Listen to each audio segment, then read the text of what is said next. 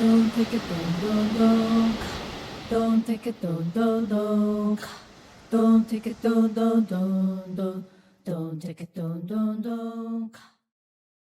Ravi Agarwal, welcome to the new school at Commonweal and to our Omega project. It's such a delight to have you here. Thank you.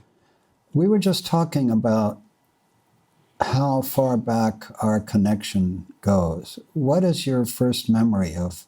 You were involved as an environmental campaigner. We were involved in the founding of Healthcare Without Harm and the founding of the International Persistent Organic Pollutants Elimination Network. Your NGO was a key partner in all those things.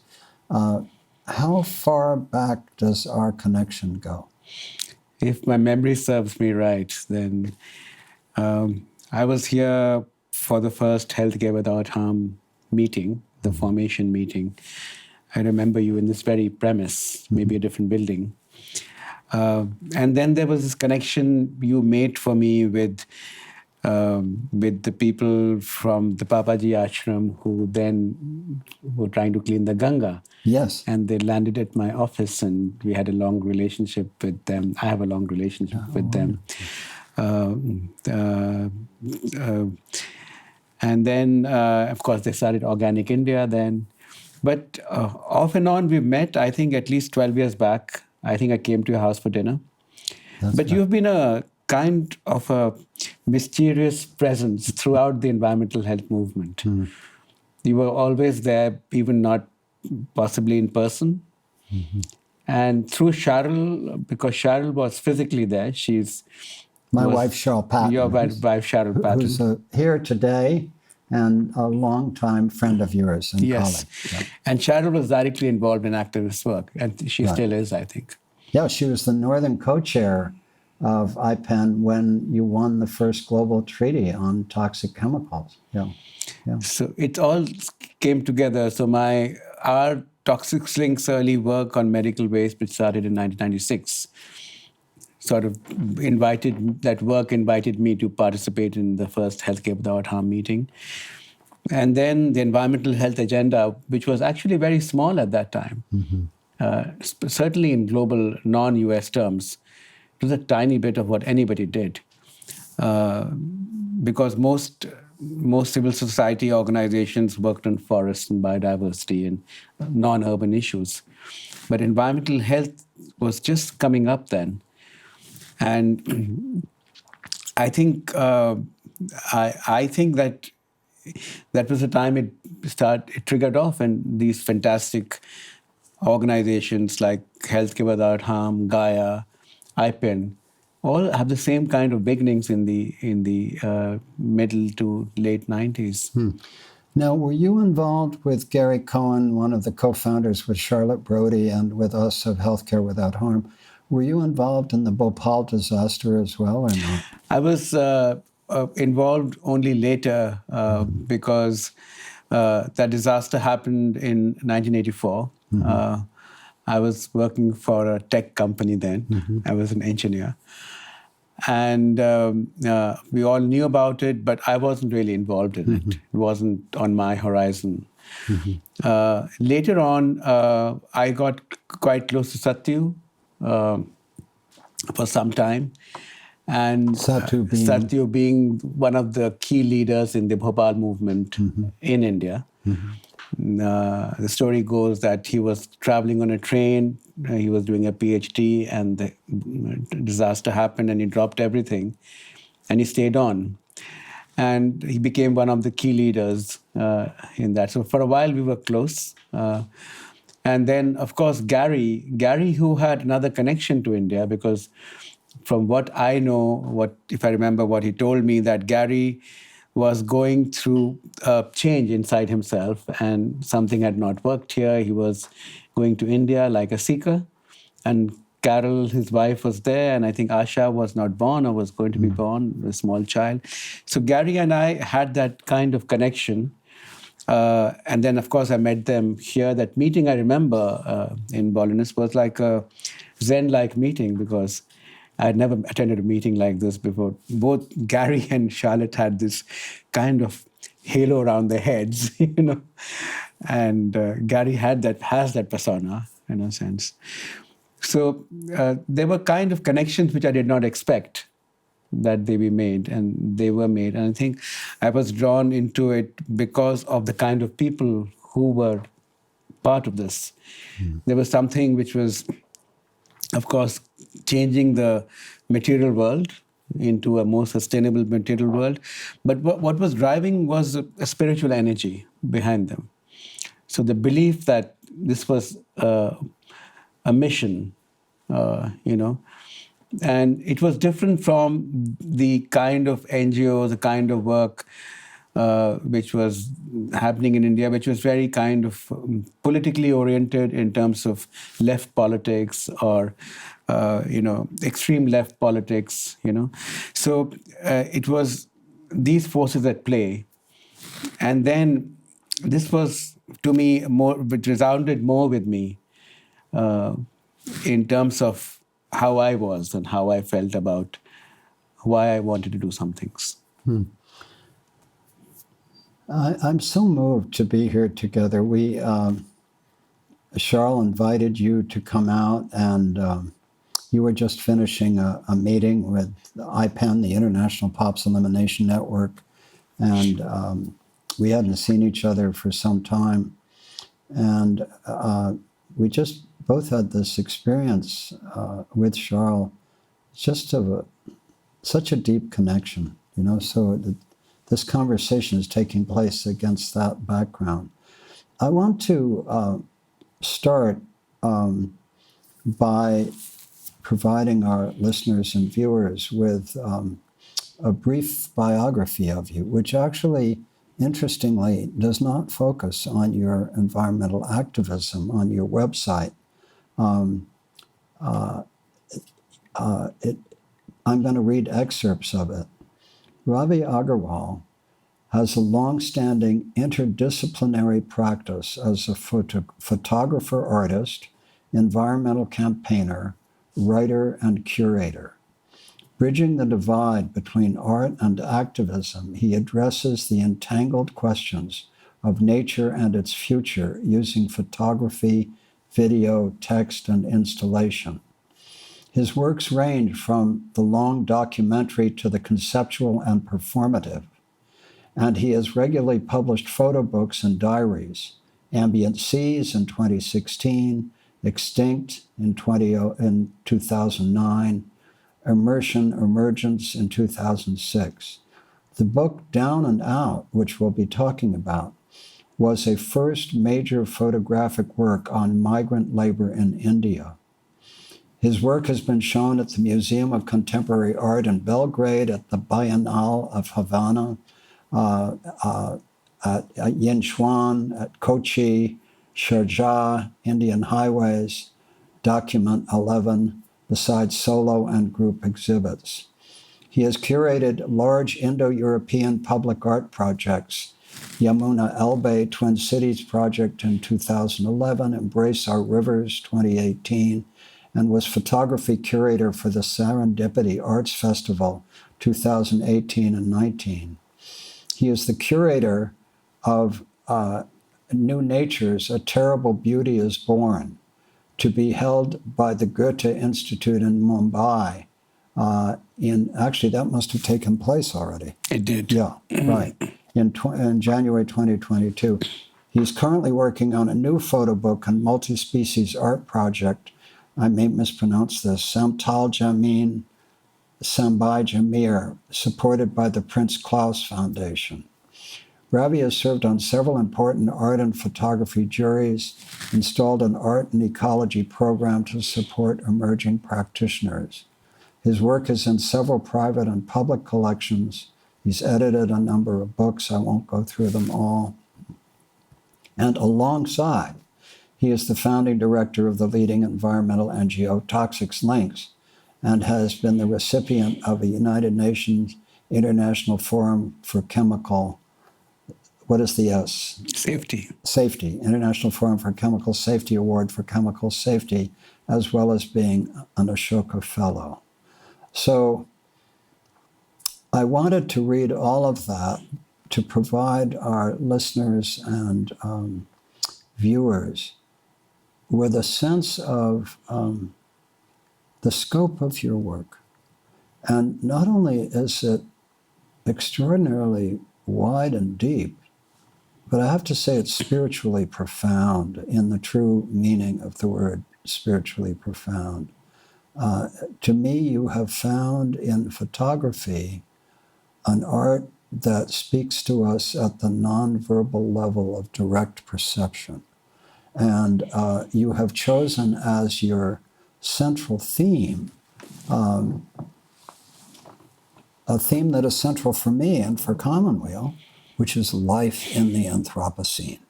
It's life in the global polycrisis. Mm-hmm.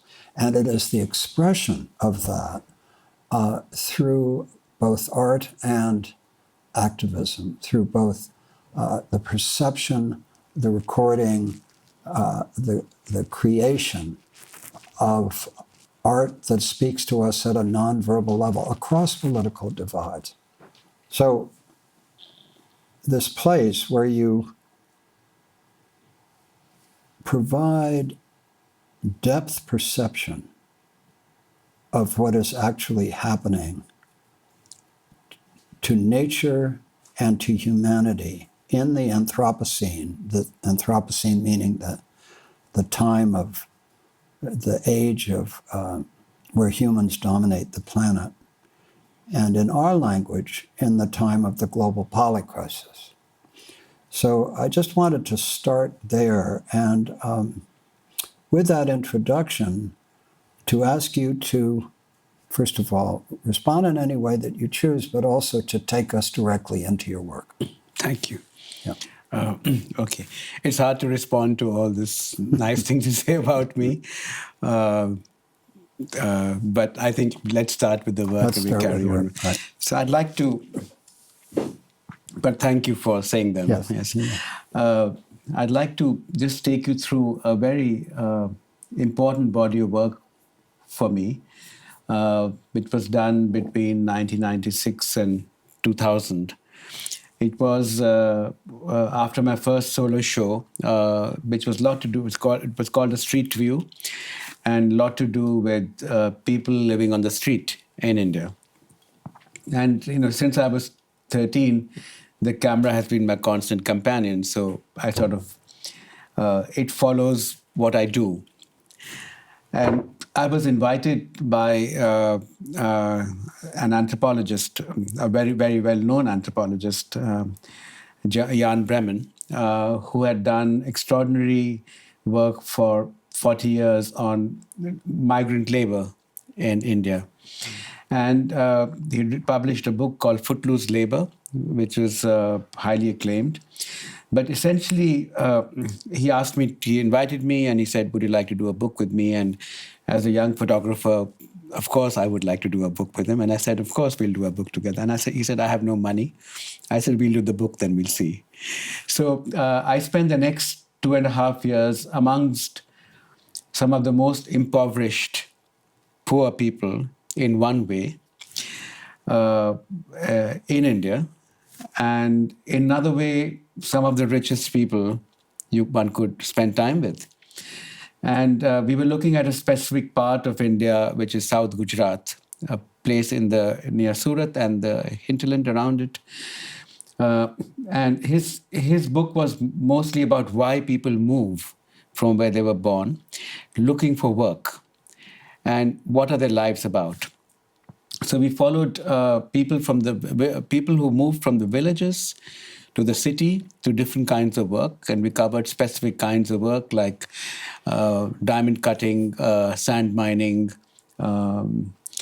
sugarcane, so various kinds of labor forms I followed. And Jan took me to the first visit there, and then I was pretty much on my own. But what it meant for me to do that book was to really firstly feel comfortable there. And I think the reason Jan invited me was because when he saw my street work, he found me really comfortable on the street with people, and I was.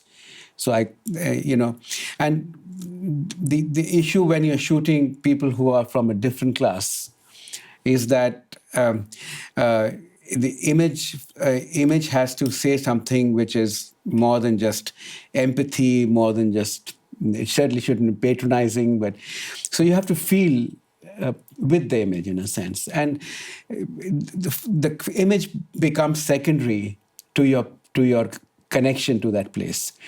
So I made incredible friends there. And the reason the book happened in the first place was because the workers allowed me into their lives. And so there are images there of me shooting in sweatshops where people are cutting Belgian diamonds by hand. And through rudimentary machines, but you have nobody can access those places. They're like sweatshops. But the workers used to call me at 11 o'clock at night and saying, "Our supervisor is gone. Please come now and take our picture." So it was really at their invitation that this book got completed. But it's also important to know that 90% of labor in India is migrant, and less than 8-9% is unionized. So these are outside any kind of protective framework. They just move from one place to another looking for work. So what happens to child labor? What happens to their education? What happens to their health? These are all secondary questions, and this is the labor on which development happens. This is the shoulder to the wheel of India's growth story, and I think many other places' growth story. But they have almost no relationship to the nation state. So they get up, they're looking for work. You ask them who the prime minister is, they have no clue. They don't vote. So they're citizens, but they're not citizens in a sense. But the other thing which really struck me, which was life-changing, so this was life-changing for me, because before that, you could only know people not like you as poor, that these are the poor. But when you go to them, you don't think of the word poor. You think of the word people, and you think of the word community. And then the third word which they bring to you is the idea of dignity. And that they worked 15 hours a day on a sugarcane field, cutting sugarcane. And in the end of the day, they came to the labor camp, and they made their rotlas, which was the big Indian bread made of wheat, and had some onions or some, and they would start singing, and they would sing before they went to sleep. And or when I was shooting in an industrial area. So I remember one incident when I was shooting in an industrial area, and this man in a tea shack called me out, and he said, "What you're doing here?" I told him I had a letter from the university. So, I mean, the only way you can photograph anything there is by being completely honest. And he said, "So how will your photograph change my life?" I said, "Probably won't change your life, but you'll get to tell some story." I said, "I don't know what's going to happen, but I'm out here, I'm on assignment, this is what I'm doing." And he said that, that factory across the street? I said, "Yeah." He said, "I've made my shack here because that factory kicked me out because I was 3 days late because my mother had died. Then I went to the union, and the union said they would help me. They took money from me, they took money from them, and I'm out on the street." So the whole system abandoned me. And he said, "I'm just waiting for the day when I'm alone with the guy who owns it, and I'm going to break his legs." So whether he would or would not, but that was a sentiment. And you get the sense that there are people any person with agency, with power, and they have been wronged by the very people who said they will not be wronged by. So this body in flesh and blood, the toiling body, which I think is a really important part of how I think about life, changed my whole work in Toxics Link or any environmental work I did. And even today, I am deeply sensitive to the idea that the word environment cannot be seen away from everything else. It is not a category which you can bring on outside of human life and social life. And in some ways, it goes to the problem of the Anthropocene, where the word environment has become a technical category, where the only way you can move, like the word nature, become a technical category. Only way you can move it forward is by doing something to this uh, homogeneous thing called the environment, where actually it's not true at all in a sense. And something, if you like, we can talk about. But before we do that, I'd like to show you some images from this book. So this is an image which is also the cover of the book of people waiting for work. So every morning in almost any city in the country, there'll be a labor chalk or labor square where people will just come in and just wait. And some of them are skilled carpenters, skilled plumbers, and they wait for somebody to come and give them work, take them for the day on a daily wage. And these are the kind of work images you see, of head loaders. This is a picture of a labor union office, and on the back you see a little portrait of Ambedkar. Ambedkar, as you know, was the leader of the Dalits, the lower caste in India, and also the father of the Indian modern constitution. So you see that this whole sort of framing of the union in terms of this idea of social justice, and you see Buddha. But when you talk to the laborers, you find that it's not a fair exchange. It's always there's something going on, which they're negotiating both sides. And these are images you probably could still see this outside a railway station. The whole families come in, waiting to move into the city. And I also learned that for every family who gets to work in the city, even as a laborer, there's a line of people outside waiting to enter the city, because it's a fortunate who enter the city for work, because they have some kind of relationship with a family member or some kind of skill which allows them to enter the city. So it's the privileged worker who gets to work in the city. Others just waiting to get in. And what it showed to me is something really which I carry very strongly with me, that the layers and layers and layers of human hierarchies, there's no stopping. They just go all the way down. So, there's new work being done on caste and nature by some scholars, but very important scholars.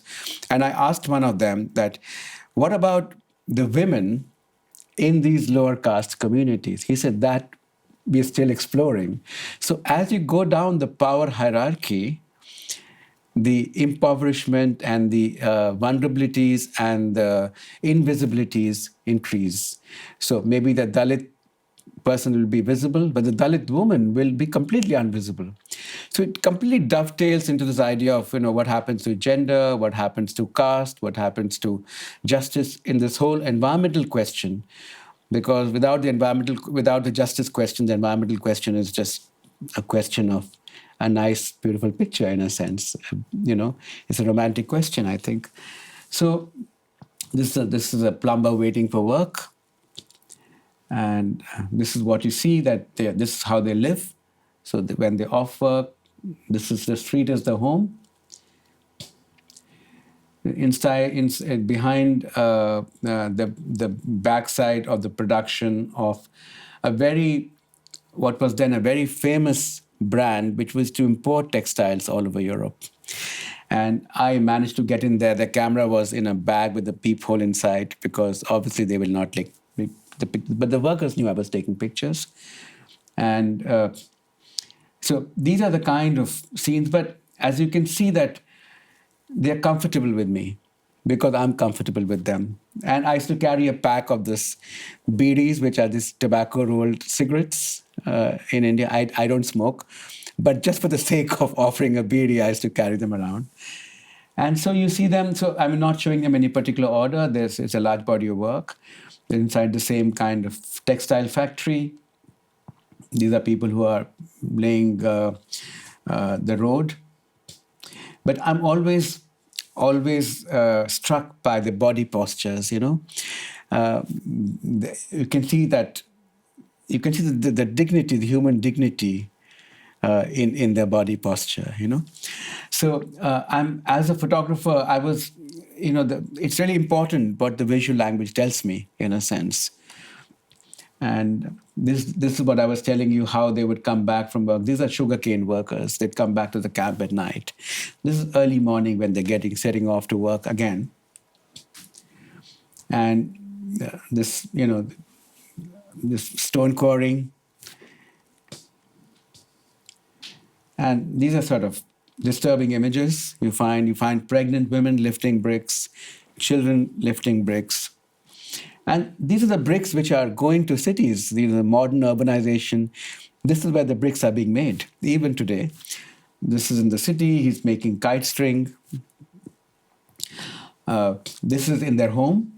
It's a particular community from Orissa. It's come for work. This is making bricks at night, 3 a.m. in the morning, and find little girls, little blurred because I wanted to give a sense of movement, who are making. So work there is paid by production, where you have what is called piece rate. So when we think of child labor and saying send children to school, it's a noble thought. But children are embedded in families, and the family gets paid not by person, but by how many bricks they produce. So the more hands there are, the merrier it is, the more money they'll make. So when you take the child out and put the child to school, the parents don't want that, because the parents want more hands to do whatever work they're doing. So when we think of child labor in India or in the social context, we cannot take away this idea what is the mechanism through the wage is paid, the structures which keeps child labor alive. It's not just that the parents are bad parents or they don't want to send their children to school. If they will not survive as a whole family in that. So when we think of better ways of doing things tomorrow, one thing we can say is being very moralistic about it and saying, why are the parents not sending children to school?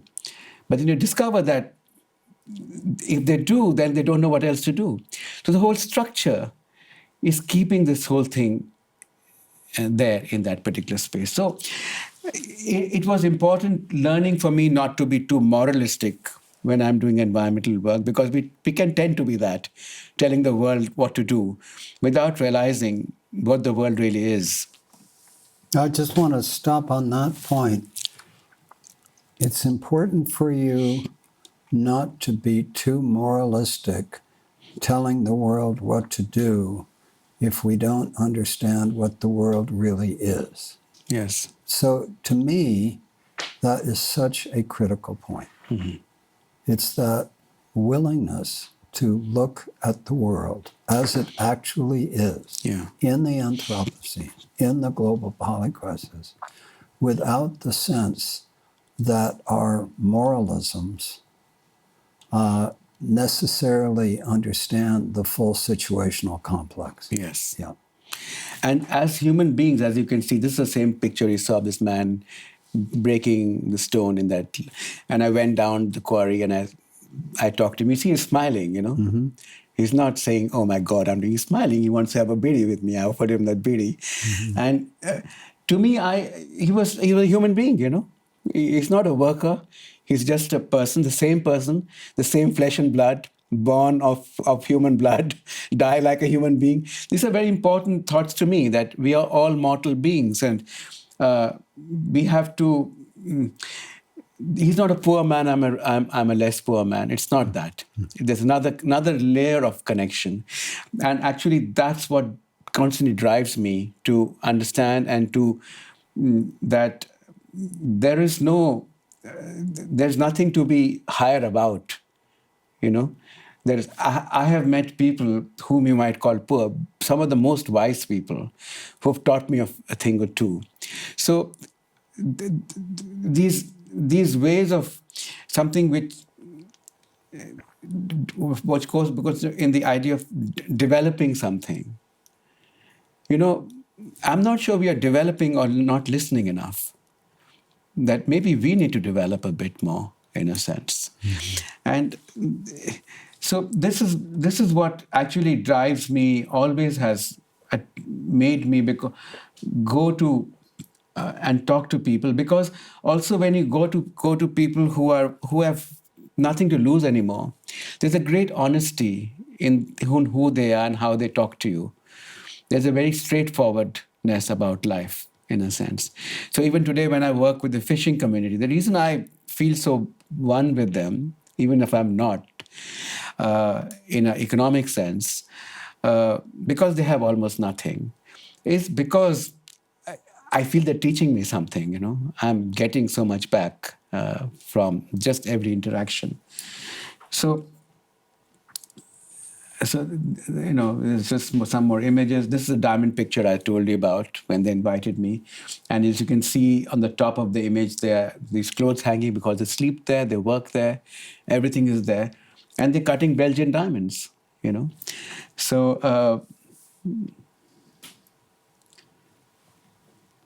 I remember being in India. You just showed a picture of people by a railroad track. I remember the families that live on the railroad tracks. yeah, what struck me when I was taking this picture, I was walking around there in the railroad track when this group of children, and what struck me was this girl, that she was she was a little young woman. She had seen life, probably in a brutal kind of way. I felt the way she talked to me, the way she looked at me. She wasn't this innocent child. And this loss of innocence in very early on, when you're a street child, this comes apparent to you, in a sense. And it's brutal. I think it's completely brutal in the way what people have to, just by being born, what they have to go through just to stay alive, in a sense.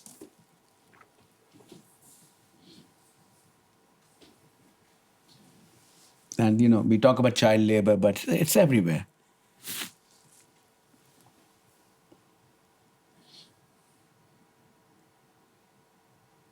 This construction work. This idea of leisure, which is so much part of the capitalist system, because there is no leisure for them. It's work and off work, the moments which they're not working. Leisure is a dream, it doesn't exist for most people. It's just breaks between work. This is Holi, so I played they used to invite me for these big festivals. Holi, as you know, this festival of color in India. So they invited me there. I used to spend all my time, Diwali, these major festivals. I was there with them, photographing them, and being with them. So, there are lots of images, but maybe we just stop here in these image things. I learned a lot about your life last night. Before dinner, we took a walk in Bolinas out to a bench overlooking the water that I like, and I learned from you then. And then after dinner, I asked you more about your life, and you come to this experience of your art and your focus on migrant labor, fisher people, in a very interesting way. And it seems to me that your father had a very great influence on you. He did. Could you tell us your father's story? Yeah, well, everybody has a parent story, and I have mine. My father, for me, was an extraordinary person, complicated, complex, I think as most people are. But so he was a bureaucrat. He came from a poor family, but of a large family, and he went to school because his elder brother worked to send him to school. And he then did very well, got scholarships, came second in the civil services exam, and became a gazetted officer. Started at $1 a day. Started at $1 a day. At the bottom. At the bottom, and then took the exam. So he started as a supervisor at $1 a day, then took the civil services exam, did very well, and then joined the civil service. And in India, if you join the civil service, then you have a career path open to you. But he was a man of very high integrity, but a very sharp mind. And for his pastime, he would solve mathematical puzzles. So if he wasn't a bureaucrat, then he would have been a mathematician. But he had a very constant inner life, which he explored to the fullest. So when he was 13, he became a disciple of the last living disciple of Swami Vivekananda. I have a picture of him. I never met him because he passed on 2 years before I was born. And he had a very big influence on him, this gentleman. And he brought a whole spiritual side, which my father was probably exploring at a very early age, to his life. I mean, I remember one sentence this gentleman told my father was that, now that you're with me, even if you go to hell, it's my duty to get you out of there. So this kind of spiritual support at such an early life, I think it can be life-forming. And I was a very late child. I have 3 sisters, and I was the child who was born because my mother desperately wanted a son. So she was, I'm 8 or 9 years younger than my sister, my next sibling. And I was born because she really desperately, so she went to every temple in the country to have me. And she even told my father's guru that when will I have a son? And he said, when the time is right, you'll have a son. We expected answer, I guess, but in a sense, and there I was. And which also meant I had a little complicated relationship with my sister, who probably felt a little displaced having this son. Just the fact that I was a son was enough to give me all the attention of the whole family and beyond, in a sense. So, incidentally, my sister is an accomplished feminist economist. But and my other 2 sisters went away very early on because they were much older than I am. They got married and went away. So basically, my life was with my father, my mother, and my sister and I, 4 people. And he was very busy in a lot of his life, and I hardly got to see him. And I think I resented that a lot for a long time. And I wasn't the most studious person going on the planet, right? And my sister was always topping the university, and I had no interest in topping the university. And I think somehow my father felt let down that I was not topping the university. But so it was. And what I was doing instead was, I was taking photographs since I was 12 years old. He gave me his old small camera, which is, I still remember, the Canon QL-17. And I started using that camera, and it just got hold of me. I mean, it's like my world came together with the camera. And I threw the store out of the house. We had a big government house, and we threw the store out. He was kind enough to spend 1,000 rupees to get me an enlarger. I made a dark room, and I started printing. I taught myself everything. And I really wanted to do cinematography. But as you would expect, that I said, no, please sit for this technical university exam, which I did, and I was very good at it. So one thing led to another, that I was dissuaded from following any other career but the beaten path, which was engineering and then business school. And after business school, you go and work for a corporation, which is what I did for a year or 2. And if I had decided to do that, all would have been fine. You'd probably not be sitting here with me today, and I would probably have retired as some corporate manager or something. It's not to be, because my heart was somewhere else. And I'm talking the complexity of my father's relationship with me. And he said, no, I have worked all my life, and I don't want you to work, because so long as you work, you're never free. So you have to be free. Which was a nice thing to say, But for him, being free means I had to do a business. So I said, okay. So I started a manufacturing unit. There was nobody who had ever done business in my life. My sister was already an academic, and then I started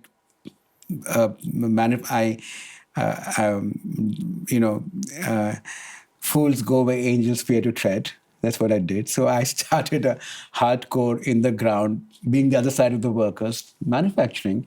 I had 70 people working in that organization, in that factory. I did it for 8 years.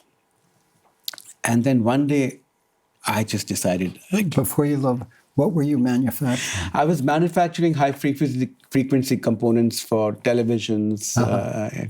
I was a communications engineer, all right. And I was very good at it. We had a very fine unit running, and we were suppliers to some of the main companies manufacturing television stuff at the time.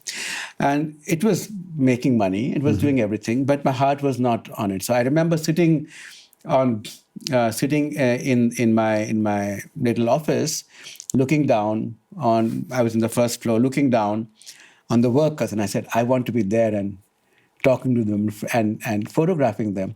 As a factory manager, factory owner, you can't do that because they're the opposite side of you. You're supposed to control them and make sure they work for you. You can't be seen hobnobbing with them. So anyway, this is a long story of that. And one day I told him that enough is enough. I've lived your life and I need to live my life. And I really gave him the key to the factory, literally. And you gave who the key? My father. Your father. I said, from tomorrow, you run it. This is what you want to do. This is a life you did not have, right? You wanted to be free, you wanted to have money, you didn't have either. So, but this is not what I want to do. And I never went to the factory from there. It was very irresponsible, I agree. But I just could not. I just could not go there anymore. I had tried my best. I was working 16, 17 hours a day. And everything was working fine, but I could not do it anymore. It was killing me. So I said, I can't do it. And I started doing consultancy as an engineer, and till I used to take children out for walks in the Delhi Rich Forest. And then one day we found the Rich Forest was going to be developed. And that's how I became an activist. We started a campaign, etc. And I was photographing all the time. So everything completely changed within a matter of that decision being taken. It was like a step function. No? It was from this day to next, my life had changed. And I was not making that kind of money anymore. In a manufacturing unit, you can make a lot of money. But he didn't like it, but he never said anything about it to me. He said, okay, fine, whatever you want to do. But he never said, what should I do now? And so my cousin brother used to work with me, and he started running that unit, and ultimately they sold it off. But I could not do it anymore. And from that day, that was the first turning point. It was a hard decision. And I became an activist. I had my first solo show in 1993, 94, which led to this book. And so then that's how. But the book that it led to was? There's the book. Called? Down and Out, Laboring Under Global Capitalism, which I just showed you, which was done with Jan Bremen. And it got seen by major curators like Okwi Enswer, who was the curator of Documenta. Documenta is the biggest art show in the world. And I was a nobody. And suddenly my work was shown in Documenta, which sort of... So what was that like for you? I mean, in other words, you had just given up your father's career trajectory for you. You'd Correct. done all the things that you were supposed to do, even though at age 12, you got a camera, your father let you create a dark room. Your whole world came together. And but nonetheless, you were persuaded, you did the right thing, you went to engineering school and so on and so forth. You ran this company. Then you had this experience, you couldn't do it anymore, and you wanted to be down with the laborers instead of up in the factory owner's office. And then you find this famous anthropologist. He found me. He asks you to do the book with him. You say, of course, yes. You do the work, and then the book, your first effort, is this immense success. What was that like for you? Well, firstly, the success didn't seem like success. How so? Because I had no idea what that meant.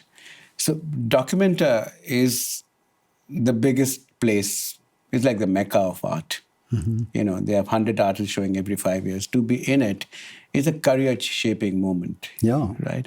Especially then. Documenta has changed a bit now, but especially then.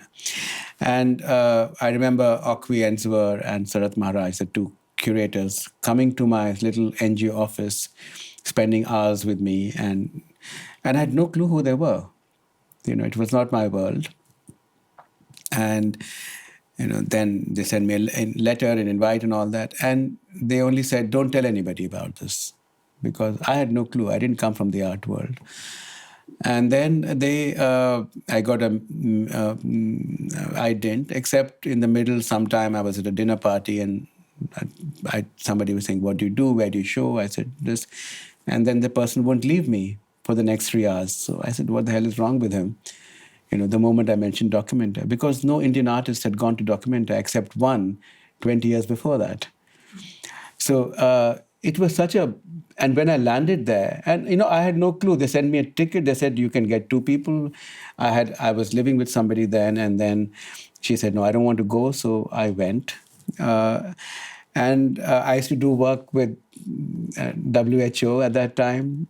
I called up somebody in WHO. I have a free ticket to Europe. So can I stop by in Geneva?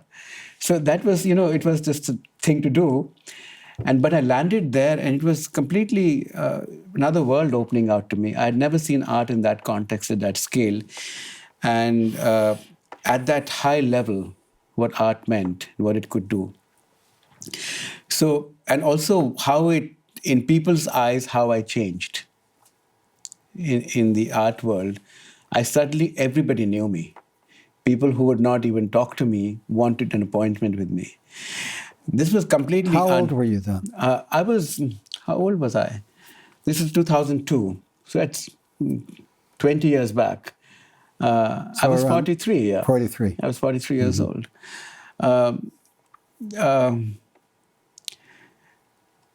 I think it took a long time to absorb that.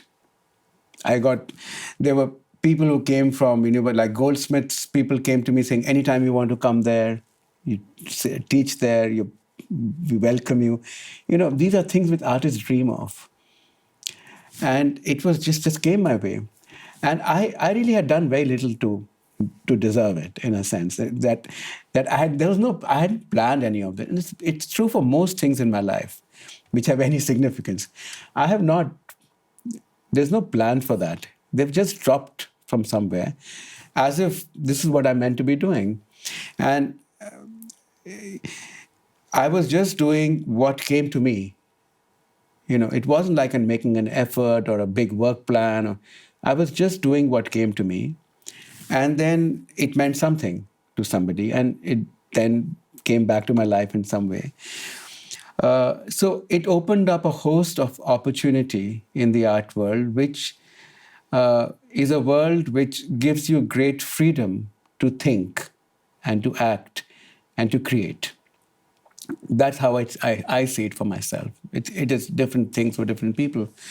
And I think my ability to do work, the kind of work I'm doing, which is not very market-oriented, you know, except for now and then when people sell it here and there in auctions, but it's not typically work which goes around selling for millions of dollars in auctions, in a sense. You know, it's really work of a different kind, research-based work.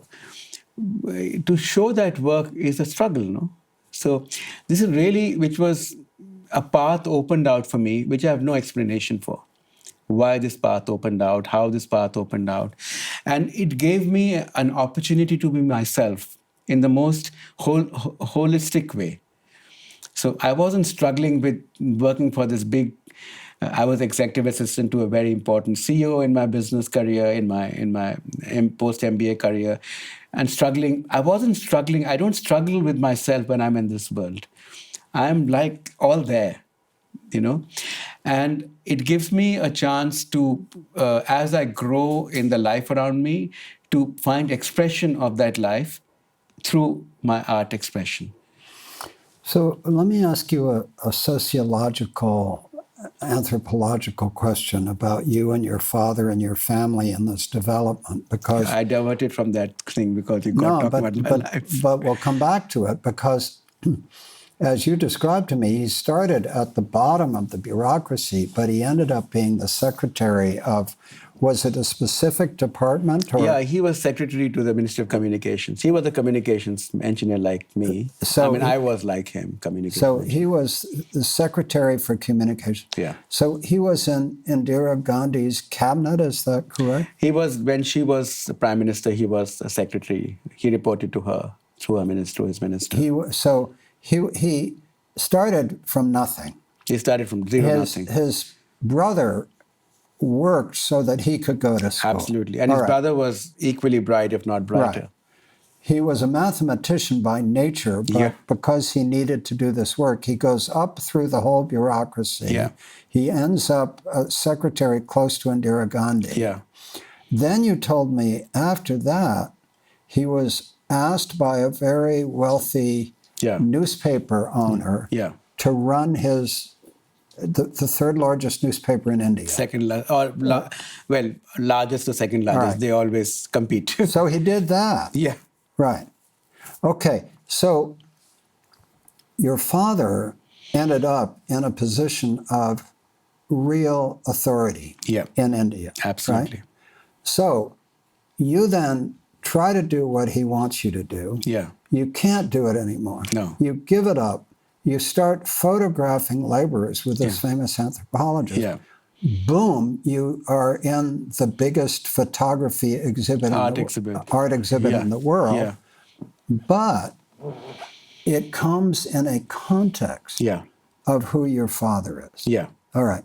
So I would only imagine that the fact in India, that the fact that and tell me if I'm wrong, that the fact that the family you came from is the family you came from contributed to how you were seen as a breakthrough photographer. So he of course, bought his own desires as a man. Right. And my mother as a mother to what they think a son should be. And I fully now understand that. When he was 80, he apologized to me. He said, "I'm really sorry, I misread you." So that was really sort of extraordinary for him to do that. When he was 80? When he was 80. Yeah. Let me just intervene on one thing. Did they feel affirmed by your success as a photographer? My mother never needed any affirmation of a son because the son is never wrong. In a sense, It's the problem of mothers. Right. My father must have because he couldn't fully understand it. He was a different kind of man, but intellectually and spiritually he understood it, in a sense. And it showed in many. So what I hold very dear about my father is the fact that even if he did not agree with me, he never stood in my way. So earlier I agreed, I did what I wanted him to do because I did not really fight. I did not know better, and I felt it must be right because he's saying it. But the moment I started saying something which meant something else to me, he did not say, "No, don't do it," because I don't want you to do it. He never said that. And he always was like a spiritual guidance for me. So he had as I told you, he had a constant spiritual quest. He had a very strong meditation practice. We used to have this meditation satsang, as we call it, every Sunday in our house, and we still have it. I still have it, where anybody could come, and it's just a meditation on light. There's no religious chanting. And he taught me great secularism. He was a very secular man. So his guru's guru brother, which is called Guru Bhai, the brother of the guru, that means they both had the same teacher, was a Sufi. He was a Muslim. So the synchronicity of religion, the religion did not matter. And he told me a story once when a disciple of my father's guru's Guru Bhai came to my father's guru saying, I want to learn from you. And so the guru said, but why have you come? You already have a guru. And he gave him the reason. And so the guru said to him that if this is the reason you come to me, you go back, you're not ready for this. So this tradition of this higher knowledge, which transcends religion, which is of another ilk, another connection, was in me very early on in my life.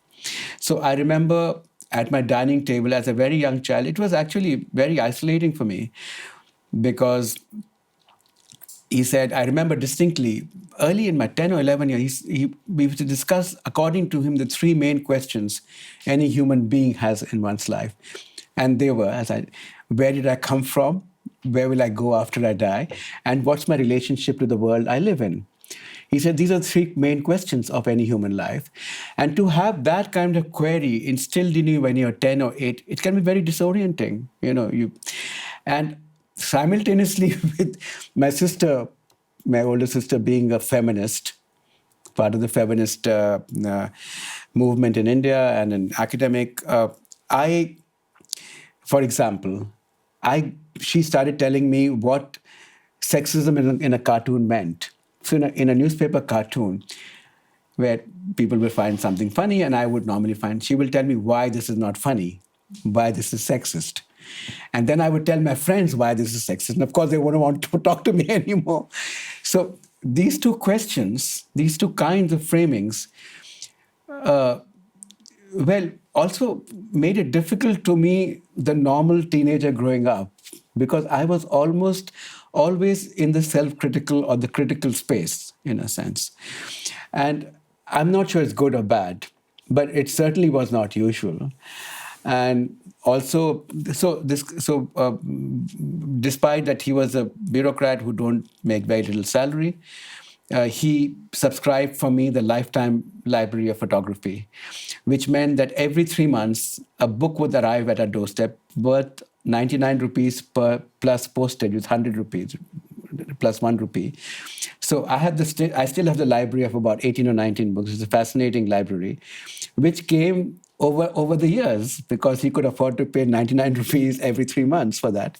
So he introduced me to what was going to become my mainstay later on in my life. Even though he did not want me to go to New York and study it anymore, he still did not stop me from learning it. He did not stop me from throwing his store of files out, literally out on the courtyard, and installing a darkroom in that space. And he just said, don't worry, I'll put something else, somewhere else. Or buying me a camera, the Canon A1, which was 1,000 rupees then. His salary was 2,000 rupees. He got me a camera when I was 19 years old. I had the best camera anybody had, and I wasn't from it. So you see this kind of support for my growth.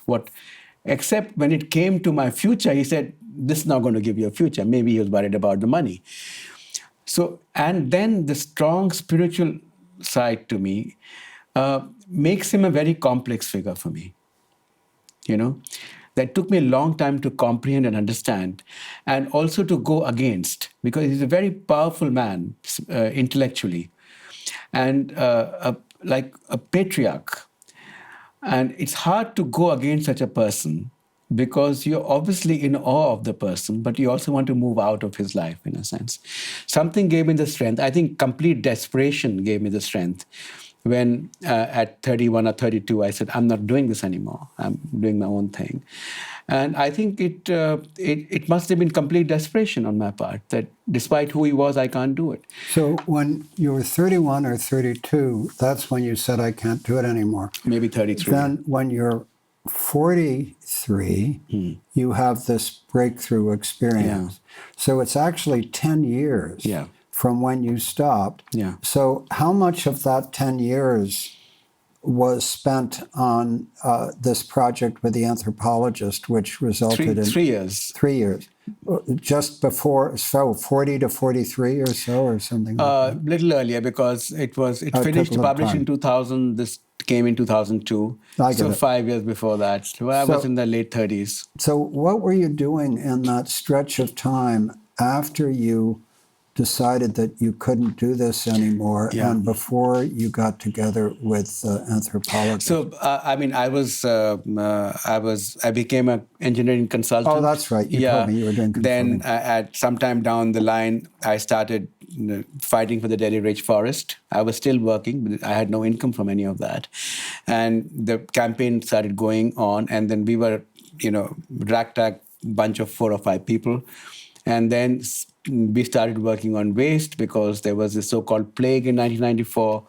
And being an engineer, I always look for some analysis of something. So I published 2 books on technologies, two small booklets on technologies. Those booklets got noticed by the Supreme Court through somebody, and they took it on board. And they said, invite this person to be on the Standards Committee for Medical Waste. And so all these things somehow happened because I was reacting to and I was doing something. And it somehow was getting noticed. And I was just doing it. And that at one point, then Healthcare Without Harm. So all these things were happening in these 10 years. So the work on medical waste led you directly to Healthcare Without Harm, which started here at Commonweal with the Paul Connett was there. Annie Leonard and other people had bought Paul Connett because they heard that I was fighting this incinerator thing. Mm-hmm. So they bought, because Annie was there for the Bhopal thing, and then she bought Paul Connett there. Mm-hmm. And Toxics Link was formed in that joint meeting one day. Of course, then I ran it later. But it was really the name carved out in this bunch of 10 of us sitting in I think, in my living room or something, thinking of how to do this. But I had a knack of how to build an institution, and so I just took it on head on. I want to come back to some of the things your father said to you that struck me in our conversation, where you mentioned that your father said that spiritual life was not for everybody. Yeah. And that it only made sense to explore a spiritual practice if you were deeply drawn to it, and most people aren't. Yeah. Yeah. And that just struck me. I mean, number one, it's true, but it's so wise, He was a person with deep insight, more than I could comprehend or can comprehend. Mm-hmm. He said things to me which come back to me and seem to be true. In a sense, it's for me in a completely different way.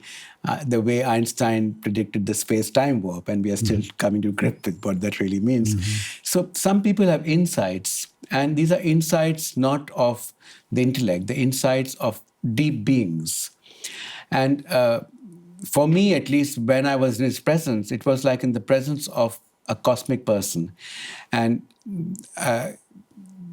if I sat with him, I remember he sit in his armchair in his bedroom. He was 37 years older than I am, because I was born when he was 37. And I would sit on the floor in the carpet in front of him. And he would, just by sitting there, it was like all negative energy from me went away, and only positive things remained. And it was, when I went out, all the negative energies came back. So when I had to cope, but his presence had such a huge influence on just my connecting to something else. And he would never, he was a very practical man. He would almost, except for these things he said now and then, he would never tell me something which is not practical. He would never say something esoteric to me. So for him, building a house means putting the bricks and putting the mortar and making the next brick. And building a house is building a house. There's nothing to do with being in a cosmic world. So it's very highly, and I learned that from him, that the material reality is very real. and can only be dealt with, because I always struggle with the material reality. And so he said some things to me, which one is that what I told you yesterday, that it's not for everybody. And because I'd asked him a question, I said, I want to meditate, but I always stray off. And he said, why do you have to meditate? It's not required. And he said, if you ever feel the need to meditate, then you should do it. Otherwise, this is not for everybody. And we used to always discuss, because, about the great saints in India, including the Sufi saints, Ramana Maharishi. And he had read all of the stories. He had gone to their places. He was a quiet follower. And he said, yeah, those people were those people, but that doesn't mean all of humanity is like them. They were ready for it. It happened. And everybody else shouldn't waste their time on religion or any such thing. You think it's pointless. You should just live a life as it comes to you. You have to eat, drink, enjoy, and lead a life. If this bothers you, you do that. If it doesn't bother you, it's a waste of your time. So this really, that's the extent of being practical. And later on, he told me this. He said, it's not for everybody. We can't assume, this is much later on, he said, we can't assume that because we have these possibilities of this practice, everybody should be following them. He said, no, it is for a large number of people, this is not their life. And we should not tell them to follow it. So now these have great influences on my life. It means that even when he was dying, he was in the hospital bed, and I asked him, because he always used to keep this picture of his guru in his wallet, and his wallet was at home. So I said, can I get that picture for you? He said, I don't need a picture, he's all around me. And then I asked him two more things. I said, he had a very large family, and he constantly did things for his family. Put them to schools, through admissions, jobs, etc. And I said, what is my duty for your family? He said, none. He said, that was my family. This is not your family. This is not your life. So you have no duty towards my family. It's so freeing to saying that there's no carryover. I live my life, you live your life. So I remember when I was sitting in office one day, and I got a call from him. And I said, Ravi, I'm just telling you, I'm going to the hospital. So I said, what happened? He said, I think I'm having a heart attack, and I'm going with the driver. Extraordinary. So I said, I'm coming. He said, no, the doctor will tell you when you need to come. Mm. This kind of self-assurance for a traditional man, was completely, I still grapple with it, because in the construction of the self, I believe in a place like India, this kind of performance of duty is constantly there. Parents put pressure on the children, look after me, don't look after me. But he was completely not. I asked him, because my mother was really sick when she was 86, and she died soon after.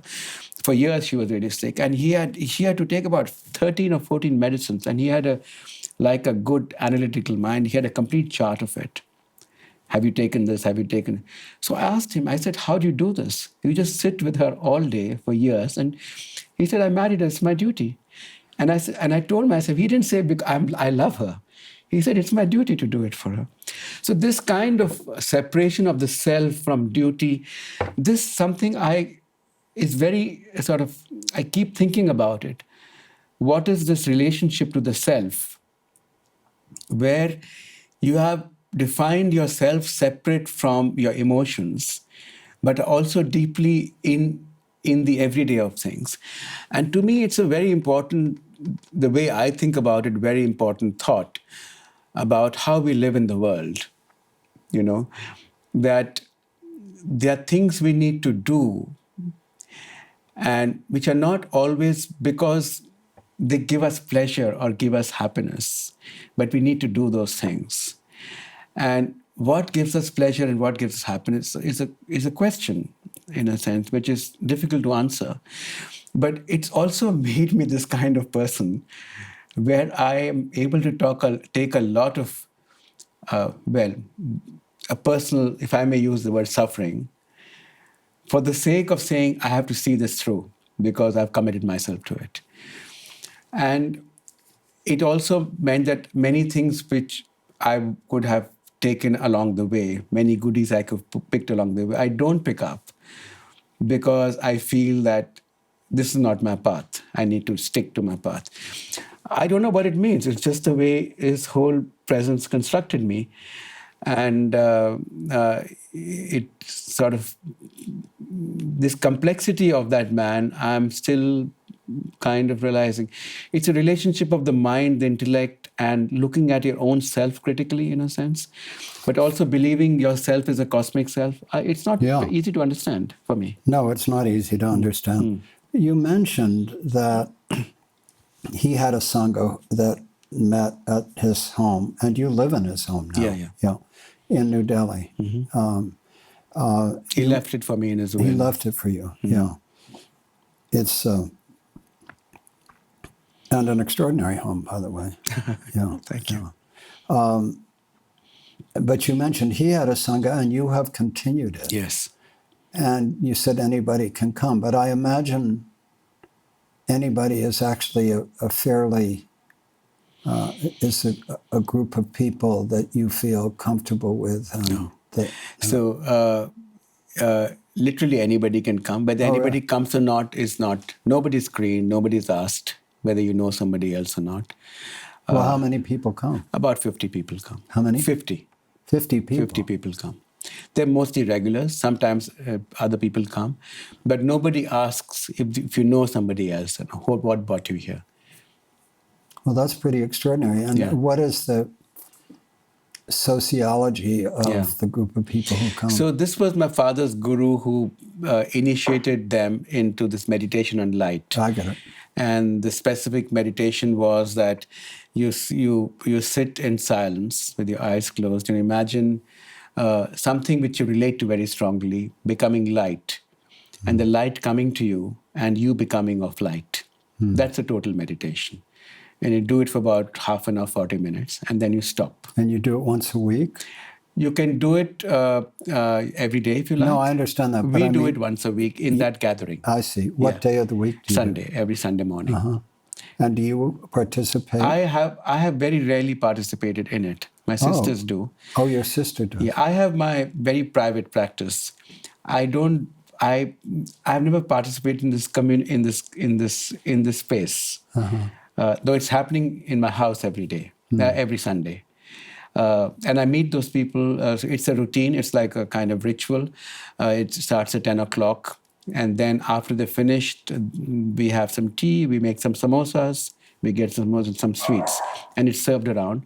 Some people hang around, they talk. Some people want to, sometimes somebody wants to sing a bhajan.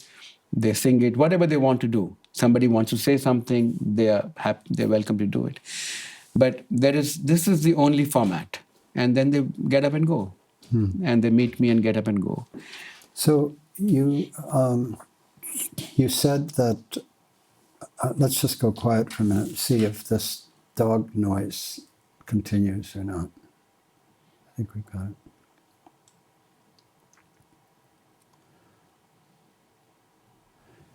You said you have your own private practice. Is there anything you're willing to say to describe it? I have my own meditation routine, and which can happen in different times of the day. It can happen in many places, and it's hard to describe it. I'm always somehow connected and disconnected from everything around me, and I have never figured out why. So you're both present and also not removed. Present. Yeah, right. Always. And so you have. Let me just put it into words to try them out. You talked about our constructed self and, for want of a better word, our cosmic self, right? That's words that... So you have your constructed self that's engaged with the world, and also this other... I feel I have. It takes me a moment to get into that. I can disconnect in a moment. Okay.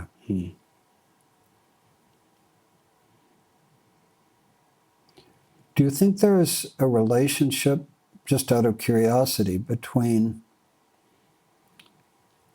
your choice of the camera, the observing self, and how you came to the cosmic self? Let me answer it differently. So my earliest memories of my childhood, which I've actually written about, if somebody asked me to, was when I was 5 years old. I was in nursery. And my father had this government bungalow which had a back courtyard. And in that we had a swing. And behind the swing was a big mango tree. And in the mango tree were squirrels. And I used to come back from school and sit on the swing and watch the squirrels.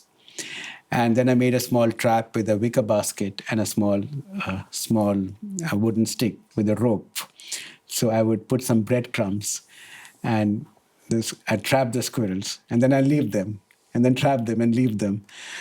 So this image is so part of myself, and whether it was my nature or it was something else, I can't say, but I was this kind of child, in a sense.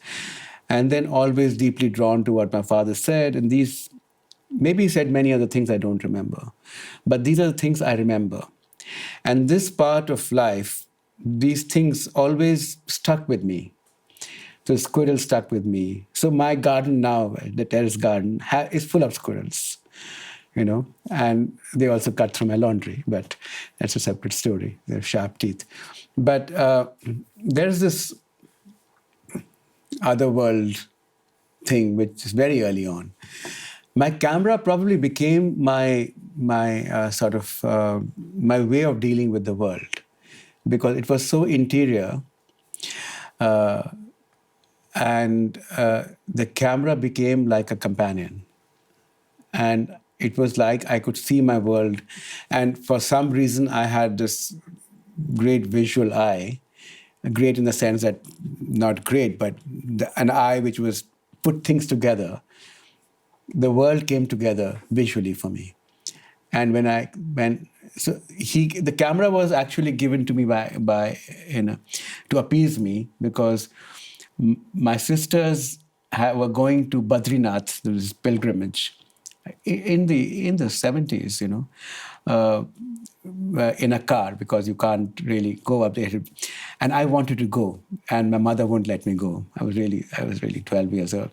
And my father said, here, I was crying, I think, and he gave me his camera. He said, why don't you go and have some fun?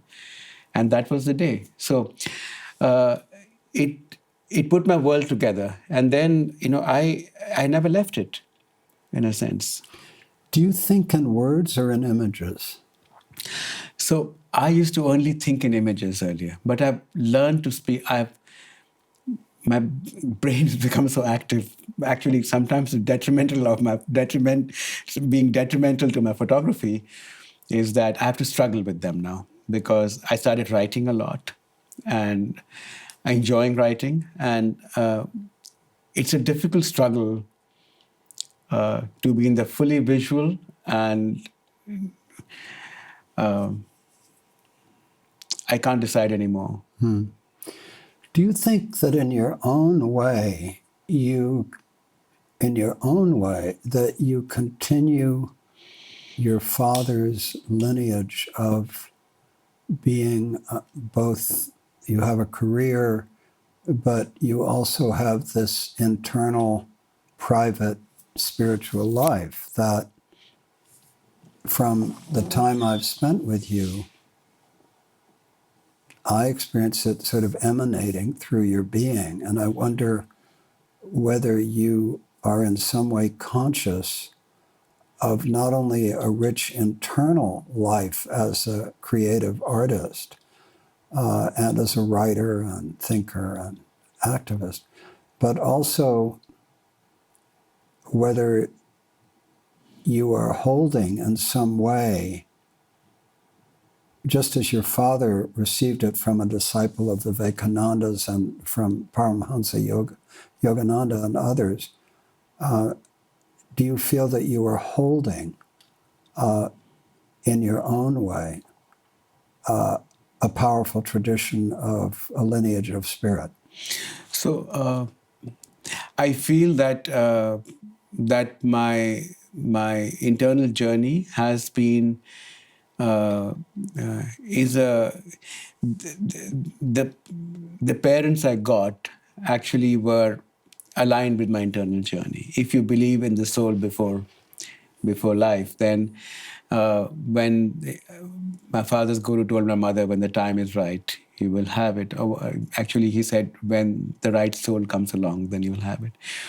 When the right soul comes along. That's what she told. That when the time is right, when the right soul comes along. And so she believed that. Your father believed that. Do you believe that? I don't know what they believe, because they were parents who would never adulate me at all. We don't come from a family who celebrates the family for the sake of, even when I went to document it, there was no celebration about it. It was a very stoic family in a sense. But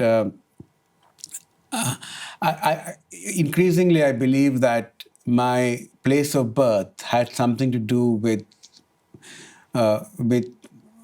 me, my internal journey, and that despite all the ups and downs which happens in everybody's lives, this internal journey has been constant, and I believe that that this is because it was the right place for that journey, in a sense. So there was never a conflict with my internal journey and the place I was.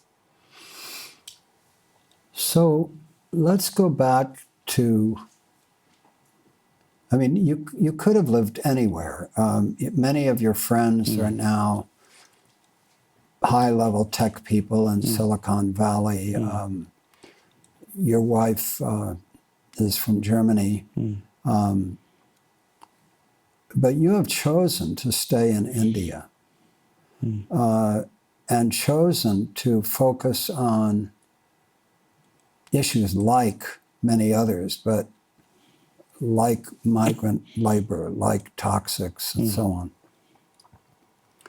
New Delhi is, even though you live in a beautiful house in the defense colony that was your father's house, it's not an easy place to live, given the immense amount of pollution and so on.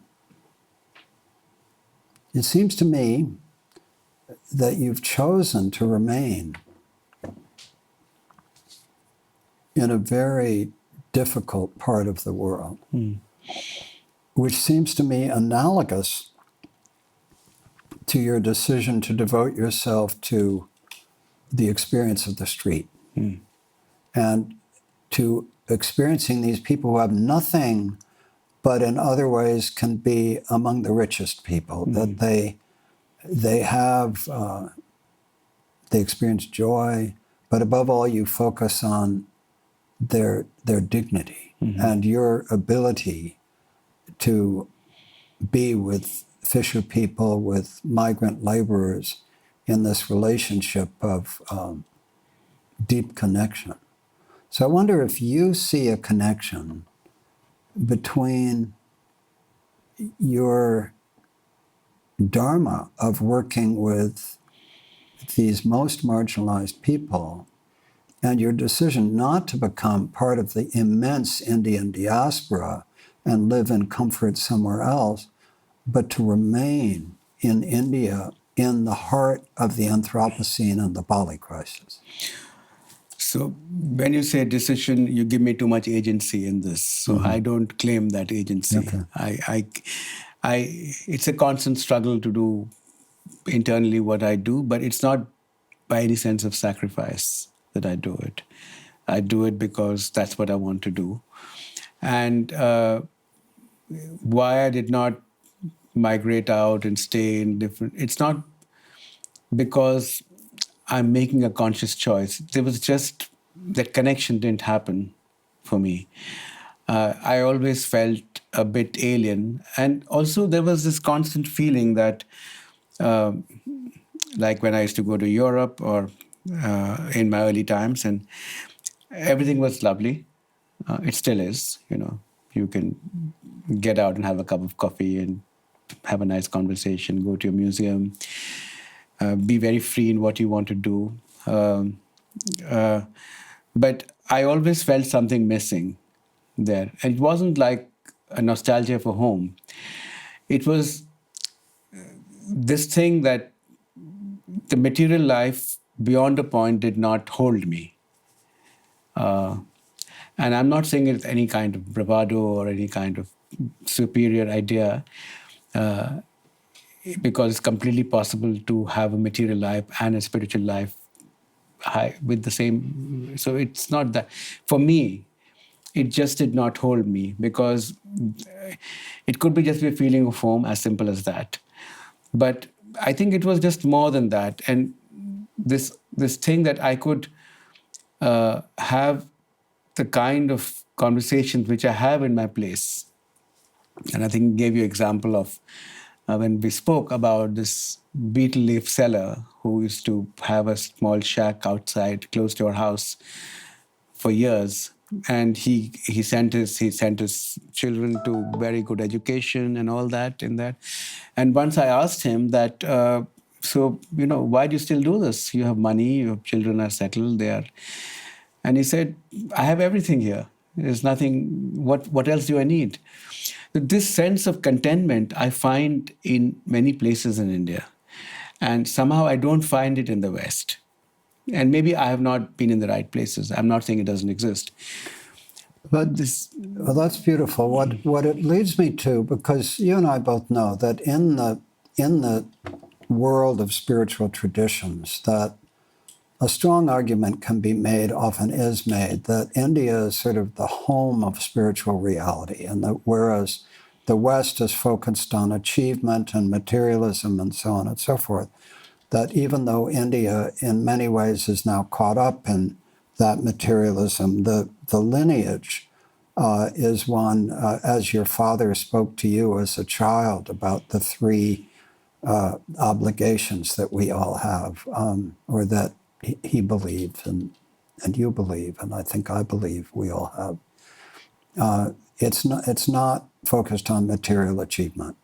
Where does our soul come from? Where is it going? And what is our relationship to life in between? By the way, those three things translate into the traditions I know about as where do we come from, where are we going, and to whom are we accountable? Right. So it's a different version of Right. that same thing. It's almost virtually the same. Right. When we were talking about the polycrisis, the interaction of the environmental, social, technological, financial, economic, and all the other global stressors, interacting with complete unpredictability, with ever greater force, creating future shocks of ever greater intensity and frequency. And we were talking about how we cannot escape the polycrisis. It is reality. But we have no choice but to navigate it. The question is, to what degree can we bend the arc of the polycrisis toward better outcomes? Well, that's where activism or engagement of some kind comes in. You and I have both devoted decades to environmental health activism. And we've seen the progress. At the same time, the progress is being overwhelmed by the increasing flood of toxic chemicals, the toxification of the entire biosphere, everything else. So we've talked about we can't escape the polycrisis. Perforce, we must navigate it. We have no choice but to navigate it. We will navigate the polycrisis better if we understand it, if we observe it accurately, not how we wish it would be, but if we have maps that actually, and the maps are constantly changing because the polycrisis is unpredictable. So you and I have devoted decades to environmental health activism, and we've made progress. Our global community of environmental health and justice activists have made progress. And yet our progress in that, as in climate change and justice and everything else, is constantly being overwhelmed. Mm-hmm. So as we took our walk and talked, we agreed that we cannot tell whether we will find our way out of this to a better future, mm-hmm. or whether for humanity as it now exists, nature as it now exists, we've seen the best of it. And if there is a better future, it will be defined by post-human mm-hmm. species, by cyborgs, or the world being better off without humans, or whatever. So my question to you is, at this point in your life, at 63, how do you hold your life in the Anthropocene, in the polycrisis? How do you understand, how do you interpret, through your art, through your service, where we are? It's a difficult question because, like the elephant in the room, one can only describe it in one's own little, what one can see. But the underlying any thought is the idea of mortality for me, that I'm a mortal being and life is what it is and it'll be as long as it'll be. So that's something which gives me perspective all the time at what is important for me to do in the time I may have. Because beyond this life, we don't know anything. It's all theory.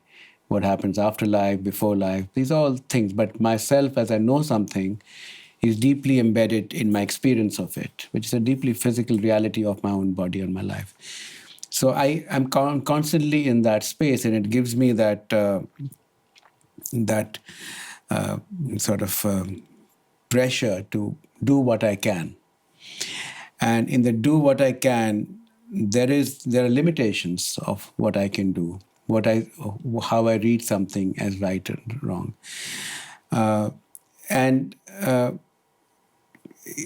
Alongside, one also has this cosmic idea that nothing is, nothing will be, everything is perfect.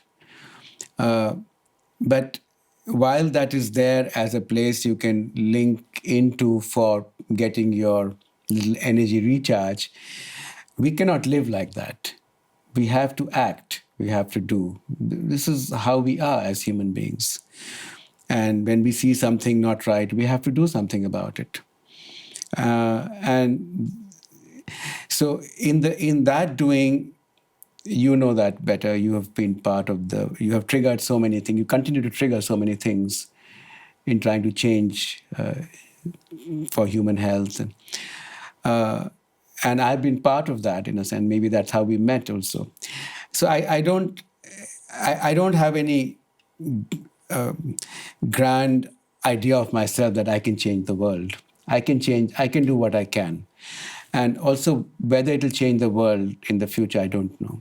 So that's how I frame my particular actions, not with any sense of despondency, but in a sense of that I'm going to do the best I can. So in that doing, it has been a big struggle, because the material questions of the material world are omnipresent, that while we keep on making these small victories, banning this chemical, getting this thing right, fighting this fight for justice, so many other things are going wrong at a bigger scale. And you can't but then think of the systemic issue one is part of. And the system seems to be so omnipresent and omnipowerful. It seems to be so driven by human greed and insensitivity to other human beings and non-human beings also, to the planet per se, that the only time we seem to move is when it becomes inevitable to move, or when it starts coming home in some way, it starts hurting us. So that seems to be the nature of of who we are, unfortunately, it seems to me. Very selfish, small looking people. Maybe it's part of our early evolution of survival. I don't know what it is.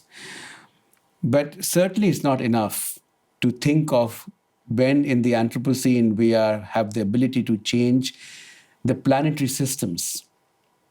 We were always in a planetary system, but now we have the ability to shift those systems. When we're talking of 50% elimination of species in the next 30, 40 years, as some UN reports say, or we are talking of 10 places where in the Anthropocene we have tipping points, like climate change, toxicity, etc., that we are shifting the planet, that we are causing a global warming, which probably was caused by natural ways 15,000 years back. But we are causing it. And the data is saying that we are causing it post the great acceleration. That means post-industrial time, in less than a century. It's an extraordinary thing that progress means this. Progress means cutting off the bough of the tree we are sitting on, of the bough we're sitting on, sowing. So where is the wisdom in this? We have more knowledge today than any time else. We are far more advanced in science than we were ever in history. In every single sphere, we have only progressed in terms of what we know of the world in the material way. We are now putting a station on Moon to go to Mars, to put a man on Mars.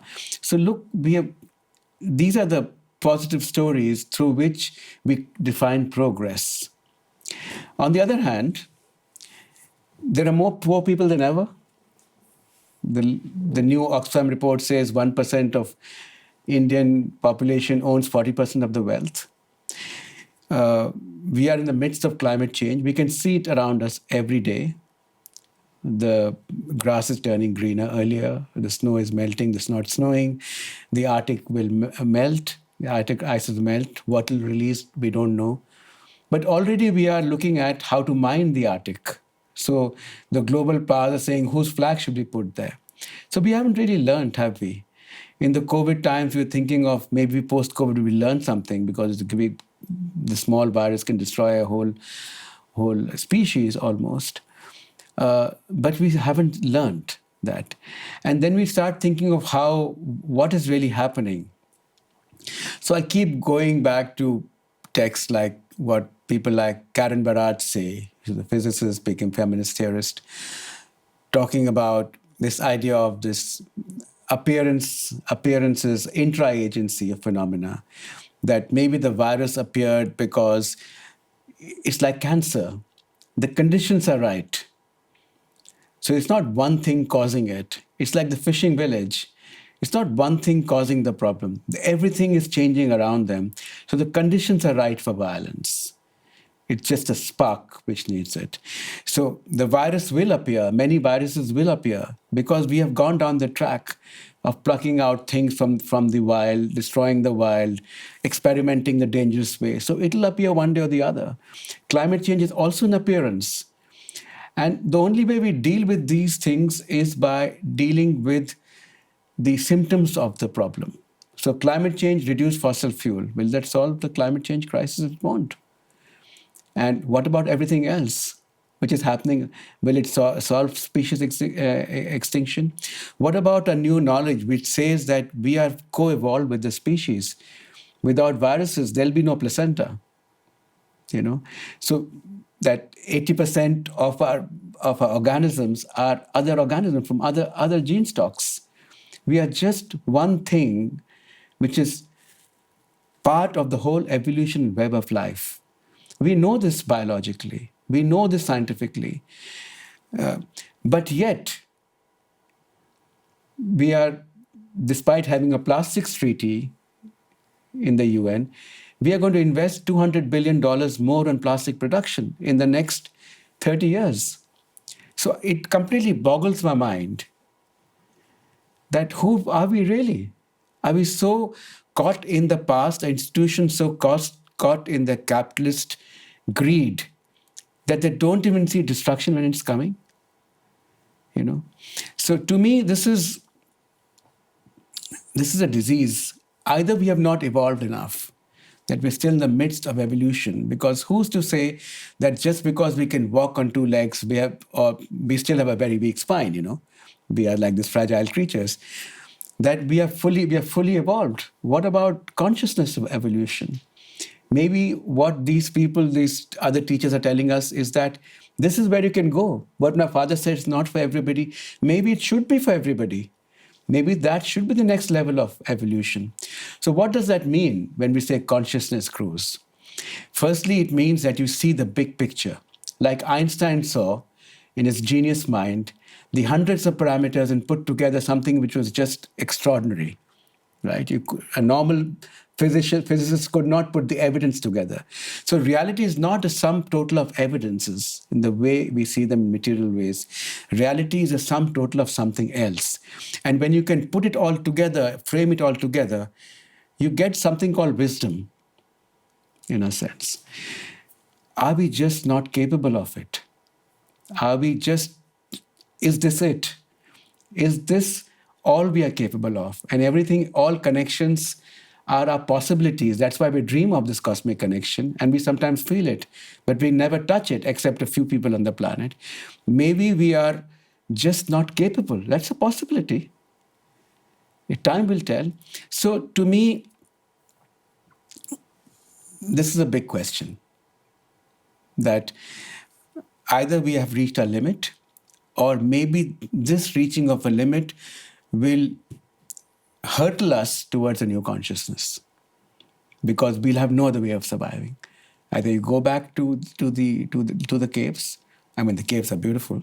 Either we go back there, or we hurtle up to another layer. When we say the speed of light is a limit to mass traveling, we're talking of a certain dimensional travel, a linear travel through space. What if travel is possible vertically through dimensions? Then it takes a jiffy. So what we know of the world materially is what we know of it. But to say that the world we know is the world it is a mistake.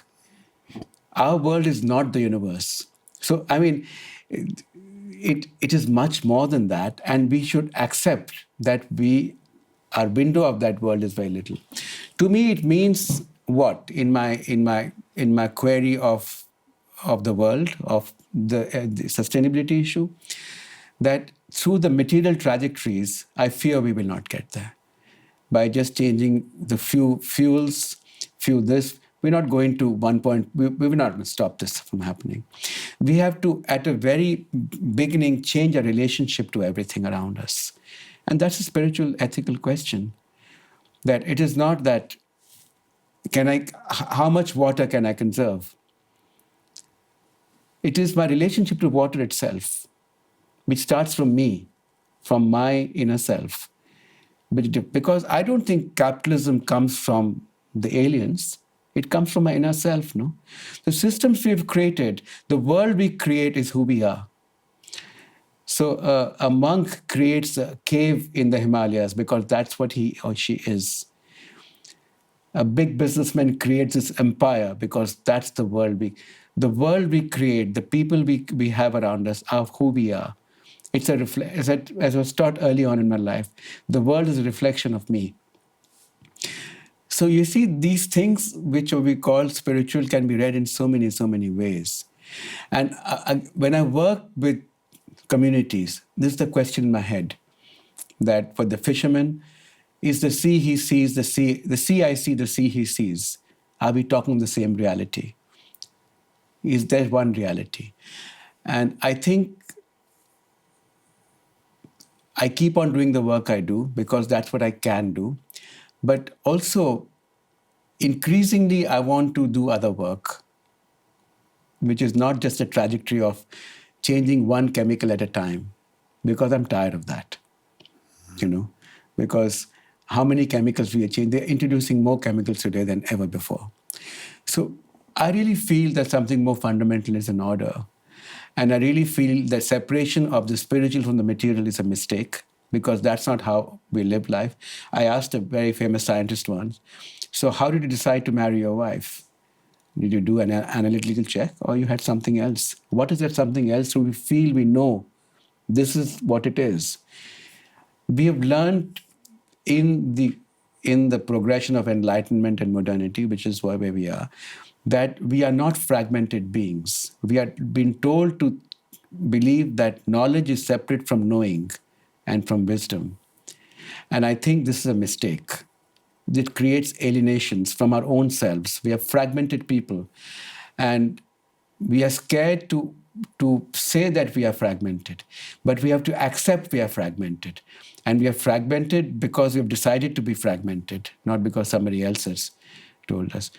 And if you're not fragmented, our desire structures will fall in place, So what is it? What should you do? I have friends in Germany who keep on, they're my age, some are older, they want a new house, they want to do this, they want a new girlfriend. So which is all, I said, so what is it you really want? Say, I want happiness. So I said, where can I buy happiness? Who will give you happiness? So that's the question you have to ask yourself. So this fragmentation and pursuit from the outside, I deeply believe is a mistake. And I've never called it a mistake, but today I call it a mistake because I think that we have come to a crisis point where if we don't call it a mistake, we are not calling it out. It's really a mistake. We really have to change the way we believe we are in the world. So that's my next set of journeys. I don't know where it's going to take me, but maybe I'm just growing old. Who can say?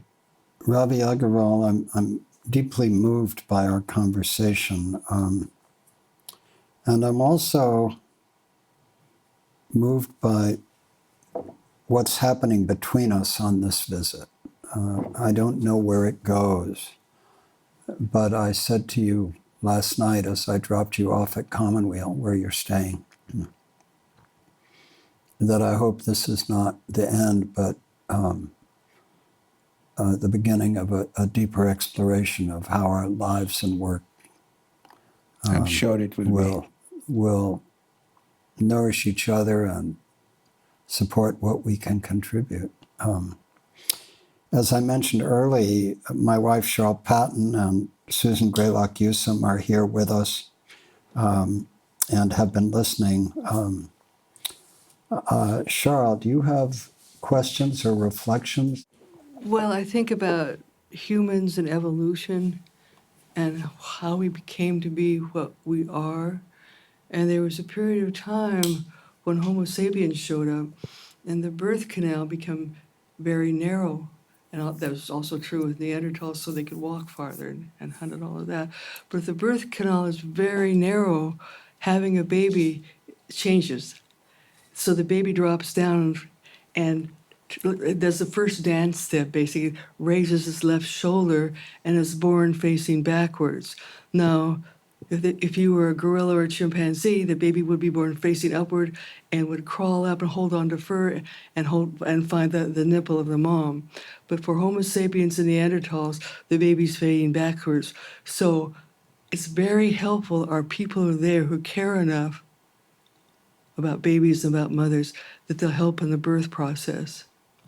So at some point, that kind of caring and community and taking care of became an important part of our survival. Now, maybe there was some kind of DNA chromosome shift that says, okay, people that had receptors for different kinds of chemicals that create happiness in us emerge, and that would happen, that would be activated when you caught a baby, or maybe it was just our consciousness and our sense of being in community and caring for each other. That's what moved us all into community and caring and moving forward. So I think it's there, and I think that can be retrieved and brought forward.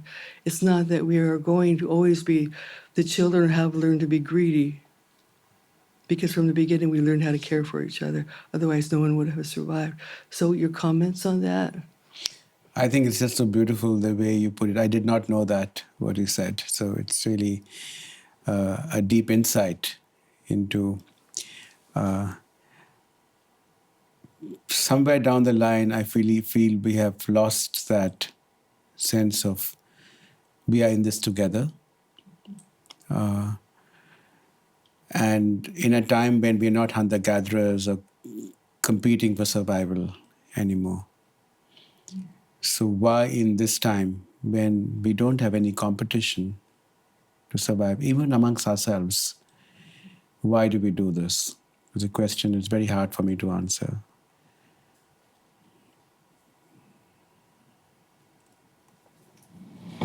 Thinking about. Can you say a little bit more about the role of art for you in knowing and holding knowledge and knowing at the same time, and art as a way to kind of hold that and also bring it forth, and also your own process, which is very engaged with people around you? So art for me is actually intuitive, firstly. So everything else is, I'm saying, from my interpretation of that intuitiveness. I'm able to think, I'm able to bring complex feelings and ideas into something I can relate with. That this is what I want to say. So I'm sure there could be other mediums for other people. Maybe literature and poetry and other expressions would do the same thing. For me, the visual imagery does that. And also it crystallizes my own. So when I produce something, I also become an outsider to my own production, and I start looking at it from the outside. So then it speaks to me. But that I'm the first audience for my own work. And I enjoy it, and it takes me to a deep inner self, and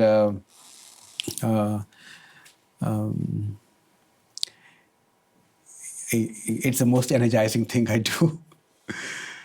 And so it is. I feel blessed by that I can do it. If I was able to do it, I don't know what else I would be doing in terms of being in that space for myself. So. And the other thing is that, like today, I was walking out on the Pacific Ocean, and you get a sense of something which is so big and so large, in a sense, and there's also the beauty of it. So art and beauty are interconnected, even though it's critical and political. The idea of something very aesthetic, something which absorbs. So it becomes a way for me in which complex ideas are able to be communicated. Because when you look at it, you relate with it. Even somebody else looks at it, I hope they relate to that. And then it means something for them. Could be different than what it means to me, but means something to them. So it's like a common language, I feel. But as I said, this is all secondary to the reason I do it, which is that it draws me so much to it. Ravi, is there anything as we come to a close that you would like to add to the conversation? Any last words or reflection? No, what we didn't talk was all about me and not about you. But, that would be a fascinating conversation, but in a line or two. Mm-hmm. In a line or two. What draws you to this side? Because it's almost difficult talking about in this world where everything is based on a certain kind of evidence. When we go to environmental health work, where we find the evidence, even when you look at cancer, you have to look at the evidence, because how do you look at evidence when everything is contributing to that, this cause and effect? That's the way in which knowledge production goes. And you've been an academic also. So from there to here, where now you're teaching yoga and citing hymns from the Mahabharata and other Upanishads, living in California, doing something which is there, belongs to my part of the world, and not only doing it superficially, but doing it in such knowledgeable and felt ways. So just a few lines if you want to say about how did that happen? How does that happen? Well, I think perhaps the most fundamental of all questions, metaphysical questions, is what is primary? Is it Is it the physical universe or is it consciousness? Now, I don't think we know the answer to that question. But in terms of Thomas Kuhn's book, The Structure of Scientific Revolution, where these revolutions in understanding shape everything. The question of whether the material world is primary, the material universe is primary, or whether consciousness is primary is a very fundamental question. And I have many friends and colleagues who make the case that consciousness is primary. And what that enables us to do with the scientific revolutions, you have a buildup of questions that the current materialist paradigm can't answer. So you, for example, mentioned whether the speed of light is the limiting speed in the universe. Well, it's the limiting speed in the dimensions that we're aware of. But there are all kinds of phenomena called psi phenomena, where communications and healing and the question of whether the soul survives death and whether there's intelligent life in the universe, whether it visits us, whether there are all kinds of questions that build up over time that that suggest, as you've been saying, that we don't have the final grasp, and that perhaps the shift that we need actually takes place in a fundamental shift in our understanding of science, which means knowing in the deepest sense. And perhaps material science is not the last word. You know, as Charles said, the shift in the human birth canal that differentiates us from other, from gorillas and orangutans and so forth, and that there needed to be collaboration for another woman to catch the baby because it's not born coming up the mother's breast, but rather comes out the other way. So, and at some point the cave art revolution in consciousness. So there have been these profound shifts. When you talked about your work with migrant labor, and you said 90% of all labor in India is migrant labor, and you said there's something about their lives where there's this immense clarity and dignity because they have no choice. In order to survive, they have no choice. They can't send their children to school because if the child goes to school, it's one less set of hands to earn a living to survive. And how our moralisms so often don't take into account that so many people have no choice. Right. And so if we look at life without the lens of our moralisms, which, by the way, shift every 50 or 100 years. If you look back 50 years, they're different. You look back 100 years, they're different. Our moralisms shift. But the ability to see what is actually going on in the world in order to do the best that we can is a rare quality. You know, someone once said that humanity can't stand very much of reality. And that goes back to Plato and the analogy of the cave, that most people can't stand much reality. But if we are to make a shift, we need to be able to look at reality without our moralisms getting in the way of the direct perception. Well, that's what you do in your work, from my point of view. And so it could well be that in the polycrisis that we're facing, that we are reaching a point where our moralisms are not a sufficient interpretive scheme, and where we ourselves, not just the migrant laborers in India, we may have to learn to live because there is no choice. And what will that world look like? And will we discover again the direct relationship to human dignity that you have described in these people who are so poor, the poorest of the poor, and yet they have this relation, and yet there's a richness. And can that richness that comes from the dignity of living because we have no choice? Well, the polycrisis is all around us now. You described it. And increasingly, I suspect, we are going to have to face reality. So, to me, that's the question.